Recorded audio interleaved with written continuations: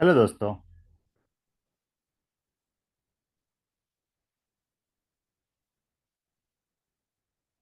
आज मैं आपको tally tips and trips channel में हार्दिक आपका स्वागत करता हूं। आज मैं आपको दिखाने जा रहा हूं एक्सेल में से टैली में बैंक स्टेटमेंट कैसे इंपोर्ट करते हैं। पहले जो टैली का पुराना वर्जन था 3.0.1 वहां तक नहीं था, लेकिन अभी टैली ने नया वर्जन लॉन्च किया है, टैली 4.0। उसमें ये बढ़िया फैसिलिटी दिया है कि आपका एक्सेल का कोई भी अकाउंटिंग एंट्रीज है या कोई भी एंट्रीज है, तो वो आप एक्सेल में से टैली में इंपोर्ट करने कर सकते हैं। कुछ टैली ने बाय डिफॉल्ट दिया है, कुछ हमें मैपिंग करना पड़ता है। अ, आप अपने हिसाब से जो भी आपको इजी लगे वैसा कर सकता है। इसमें मैंने क्या किया है, सबसे पहले बैंक स्टेटमेंट डाउनलोड करके ट्रांसफर करने के लिए ये मेरा बैंक स्टेटमेंट आप देख रहे होंगे, उसमें मैंने थोड़ा सेग्रीगेशन किया है, फॉर्मेटिंग किया है।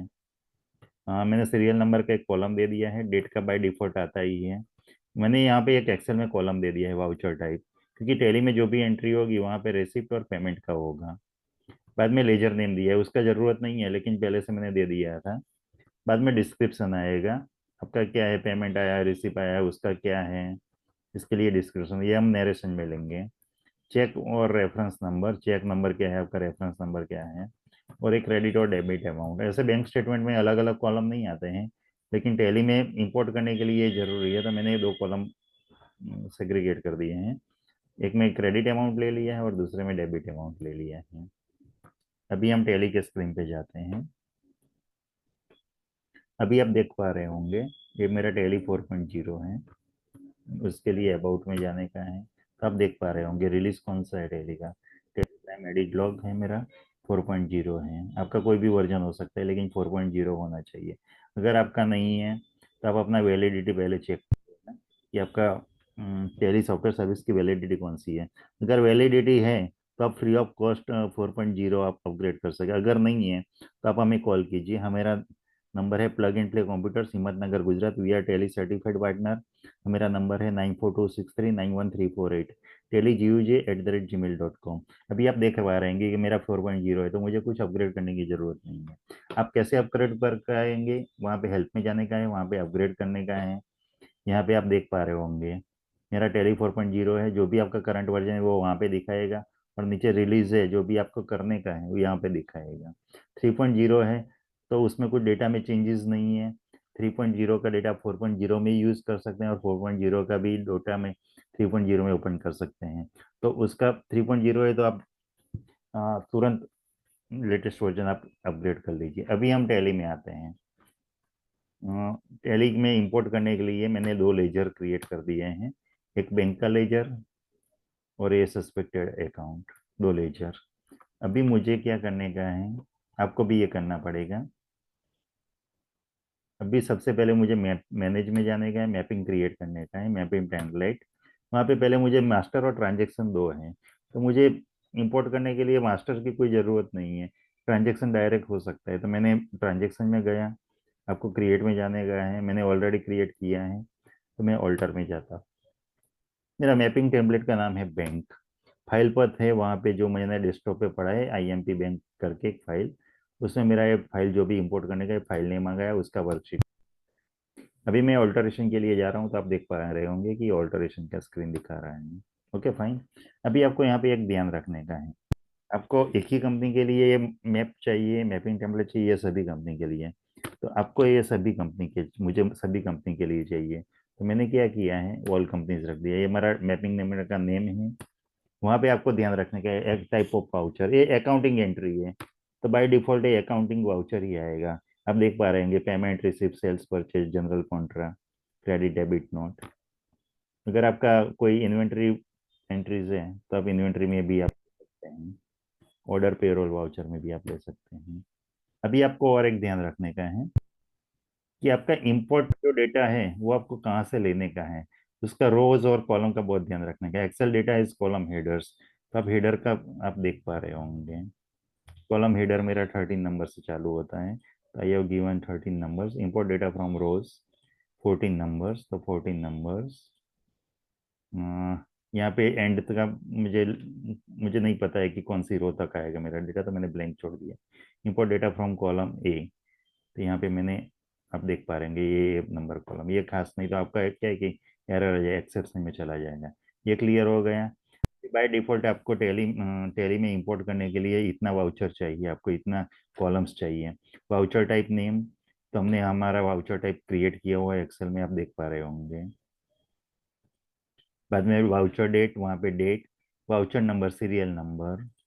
ये बहुत एक्चुअली इंपॉर्टेंट है, ये अब आपको अगर आपका स्टेटमेंट में नहीं है तो आप उसको फॉर्मेटिंग करके सीरियल नंबर एक कॉलम ऐड कर सकते हैं, क्योंकि ये इंपॉर्टेंट है। इसका मैं रीजन बताता हूँ। अगर आपने ये नहीं किया तो आपका क्या होगा, फॉर एग्जाम्पल मेरा 8 तारीख में 2 एंट्रीज हैं रिसिप्ट का, तो वो टैली क्या करेगा, दोनों को ऐड करके एक ही एंट्री कर लेगा। तो टोटल मेरी आप एंट्री देख रहे हैं अभी 68 है। तो 68 की वजह पे आपकी 40 भी हो सकती है और 30 भी हो सकती है।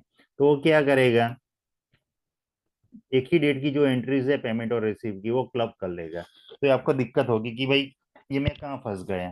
तो उसके लिए जरूरी है कि आपको सीरियल नंबर का कॉलम रखने का है, और ये सीरियल नंबर का कॉलम आप कॉन्फ़िगर कर पाएंगे, लेकिन वो आपको कहाँ पे ये करने का है, दूसरा भी एक ऑप्शन आपको यस करने पड़ेगा। उसके लिए आपको F12 करने का है। यहाँ पे set unique values for creating voucher, वहाँ पे आपको यस रखने का है। वो आप यस रखेंगे तभी उसका इफेक्ट आएगा, नहीं तो क्या है कि सब क्रेडिट और डेबिट एंट्री सेम डेट की है, वो क्लब कर लेगा। तो आपको ये बहुत ध्यान रखने का है। और ये आप करेंगे तो नीचे एक ऑप्शन आ जाएगा वाउचर टाइप नेम, जो भी हमारा है, voucher date and voucher number, ये यूनिक वैल्यूज हो गए। ये करने का है, दैट्स ऑल। यहाँ पे आप आ गए वाउचर नंबर, वाउचर नरेशन, उसमें हमने डिस्क्रिप्शन दे दिया है, हमारा जो भी हो, एनईएफटी आएगा, पेमेंट आएगा, क्या आएगा, वो हमने दे दिया है। अभी हम फिर से टैली में आ जाएंगे, top ledgers, party cash bank and. अभी यहाँ पे टॉप लेजर में क्या आएगा वो तो मैं आपको बता। अभी हम वाउचर में गए, बाय डिफॉल्ट रिसिप्ट ओपन हुआ, यहाँ पे अकाउंट, तो यहाँ पे जो भी मेरा एंट्री होगा कैश या बैंक, ये मेरा वहां पे जो भी है, मेरे को कोटक बैंक, तो this is the top ledger. यहाँ नीचे जो है वो सस्पेक्टेड लेजर आएगा, लेजर का नाम आएगा, दिस इज बॉटम लेजर। ऊपर वाला पार्ट है उसको टॉप लेजर बोलेंगे हम, नीचे वाला जो है उसको बॉटम लेजर बोलेंगे। फिर से एक बार चले जाते हैं मैपिंग में,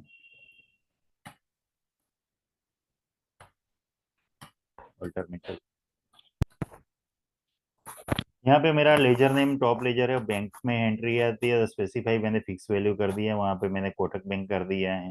यहाँ पे आप करोगे तो आपका जो भी बैंक नेम या जितना जो भी आएगा बैंक का लेजर, वो सामने आ जाएगा। मैंने कोटक नेम रख दिया। लेजर अमाउंट, ये बहुत ध्यान रखने का है कि लेजर अमाउंट में आप अमाउंट कैसे इंपोर्ट कर पाएंगे, क्रेडिट डेबिट, वहाँ पे मैंने कंप्यूट वैल्यू कर दिया है।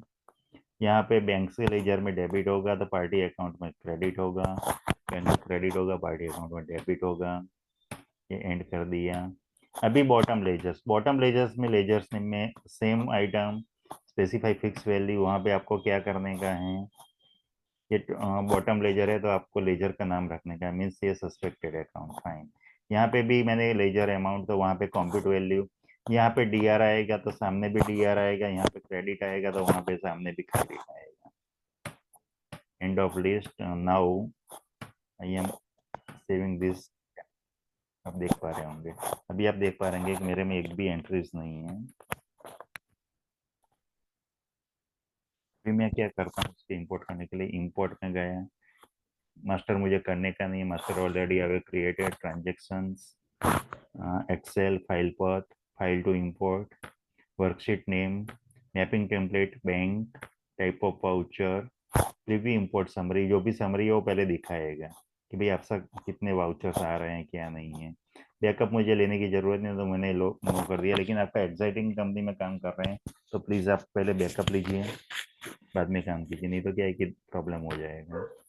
अभी मेरा ये इंपोर्ट हो गया, अभी आप देख रहे होंगे फाइल टू इंपोर्ट, वहाँ पे आ गया, वर्कशीट नेम उसका गया, ट्रांजेक्शन पीरियड, हमने कोई ट्रांजेक्शन पीरियड दिया नहीं था, बाय डिफॉल्ट उसने टैली ने कैलकुलेशन करके ले लिया, 6 अक्टूबर टू 31 दिसंबर, आप देख पा रहे होंगे। वाउचर डेट 6 अक्टूबर टू 13 दिसंबर 26 तक है, लेकिन टैली ने पीरियड करंट पीरियड ले लिया है quarterly. Type of voucher accounting voucher row number 13 import data from row. हमने यहाँ पे एंड कॉलम नहीं दिया था रो का, उसने ले लिया। इसका भी एंड तो उसने ले लिया। अभी आप देख पा रहे हैं रिसिप्ट का 40 एंट्री है एंड पेमेंट का 28 है। टोटल मिला के 68 एंट्रीज है। हम एक्सेल ओपन कर रहे हैं तो भी आप देख पा रहे हैं 60 एंट्रीज हैं। यस, तो हमारी 60 एंट्री का कैलकुलेशन हो गया है। अभी हमें क्या करने का है, इंपोर्ट।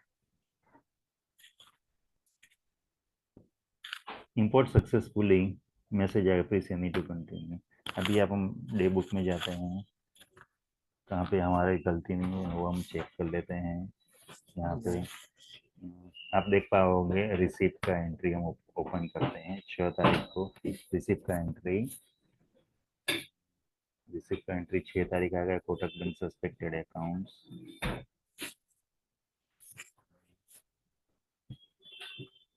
रिसिप्ट का सस्पेक्टेड अमाउंट कितना अमाउंट है, 37 आप देख पा रहे हो। 37 रुपीज, ये मेरा नरेशन आ गया है। ऐसे हम एक पेमेंट का भी एंट्री करके ये कर देते हैं।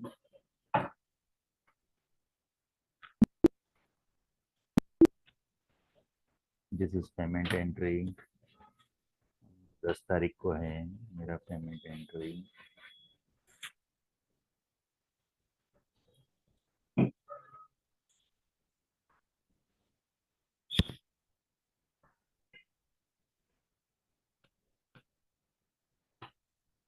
₹4,000।